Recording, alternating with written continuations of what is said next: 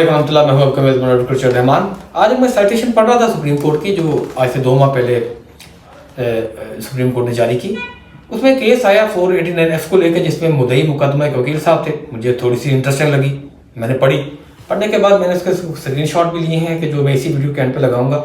लेकिन आपको सुनने वाली ये एक प्रोविजन पूरा केस लॉ है, तो जितने भी वकील साहिबान उनके लिए इसमें सीखने को बहुत कुछ है।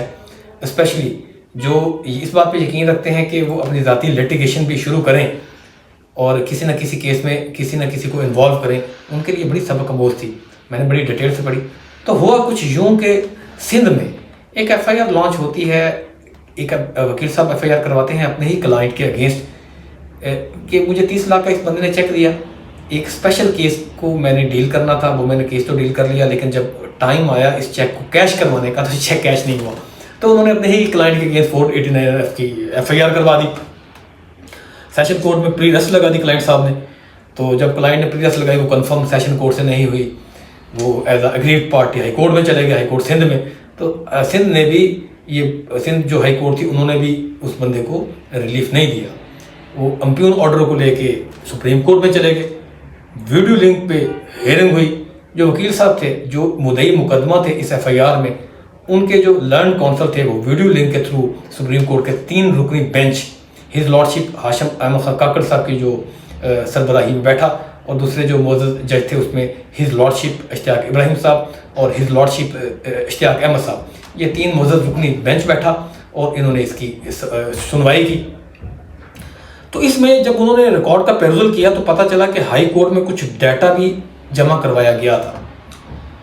जो पिटिशनर था उसके मौजूद वकील की तरफ से एक सुप्रीम कोर्ट में एक डाटा जमा करवाया गया, जिसमें ये चीज़ सामने आई कि जनवरी 2024 से दिसंबर 2024 तक वकला साहिबान की मुद्दत में सिंध भर में 613 FIR लॉन्च हुई हैं।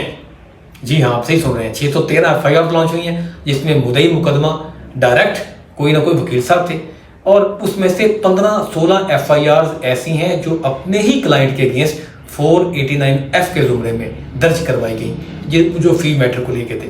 तो मैंने इसको डिटेल से पढ़ा, कुछ सीखने को भी कुछ मिला, और इसलिए आपसे शेयर कर रहा हूँ।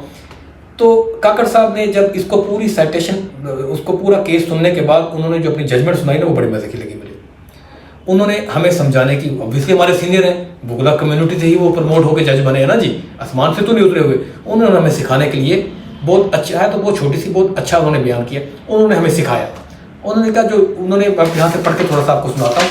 उन्होंने कहा Pakistan legal practitioner and bar council act 1973 है, और उसको अप्लाई करने के लिए जो legal practitioner bar council rules 1976 हैं, उसके रूल नंबर 155 में ये वाज़ेह तौर पर लिखा है कि कोई भी वकील साहब अपने क्लाइंट के अगेंस्ट लिटिगेशन में नहीं जाएंगे।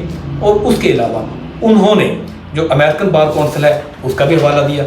उसका उन्होंने कहा American bar association model code for professional responsibility, उसकी EC 2-23, उसमें भी वाज़ेह तौर पे लिखा हुआ है कि अमेरिकन बार काउंसिल की बात करूँ टॉकिंग अबाउट, कि कोई भी वकील साहब अपने क्लाइंट के साथ किसी भी फ़ी की मद में कंट्रोवर्सीज में नहीं जाएंगे, लिटिगेशन में नहीं जाएंगे। और इसी तरह काकड़ साहब लिखते हैं कि जो कानून शहादत ऑर्डर 1984 है, उसका आर्टिकल 9 जो वकील और क्लाइंट की जितनी भी कम्युनिकेशन है उसको प्रिविलेज देता है, प्रिविलेज कम्युनिकेशन के जुमरे में लिखता है। तो इन चीज़ों के होते हुए कोई वकील साहब अपने क्लाइंट के खिलाफ कोर्ट में कैसे आ सकते हैं। और इसके अलावा फिर उन्होंने कहा, अगर आपका क्लाइंट आपको फ़ी नहीं पे कर रहा तो आप उसको 2-3 नोटिस दें, और उसके बाद भी आपको फ़ी पे नहीं करता तो आप उसको सर्विसेज बंद कर दें और सिविल सूट दायर करें कोर्ट में, क्योंकि ऑब्वियसली रिकवरी टूल तो सिविल सूट ही है ना। और इसके अलावा उन्होंने फिर डिटेल में भी गए कि कुछ एक माफिया हैं, कुछ वकला साहिबान जो अपनी क्रिमिनल लिटिगेशन को इस काले कोड का सहारा देते हैं। ये वाज़ेह वर्ड उन्होंने काला कोड यूज़ किया, और इसमें कोई दो राय है भी नहीं कि आटे में नमक के बराबर ही कुछ लोग हों, लेकिन होते हैं, हर जगह पाए जाते हैं जो अपनी पावर्स को। और फिर उन्होंने एक बड़ा मजे का वर्ड लिखा, उन्होंने कहा ये जो काला कोट पहने हुए लोग हैं ये ऑफिसर ऑफ द कोर्ट है, और चूंकि ये ऑफिसर ऑफ द कोर्ट है तो इनको ये इनकी डिग्निटी और इंटेग्रिटी और डेकोरम ऑफ द कोर्ट इनको परमिशन ही नहीं देता कि एज अ लिटिगेटर कहीं खड़े हों। तो ये वो बात काकड़ साहब ने की जो मेरे उस्ताद मोहतरम फरमाया करते थे, और वो बिल्कुल ठीक कहते थे कि किसी भी वकील साहब की डिग्निटी और इंटेग्रिटी और उसका डेकोरम ही नहीं है कि वो कहीं भी मुद्दई मुकदमा बन के खड़ा हो। तो काकड़ साहब की बड़ी अच्छी साइटेशन थी और मैंने इसको पूरा पढ़ा और मैं इसको अगर मैं स्क्रीनशॉट भी आपके साथ सेंड करूँगा।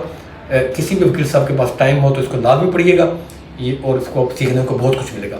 दुआ में याद रखिएगा। आपका मेज़बान एडवोकेट रहमान।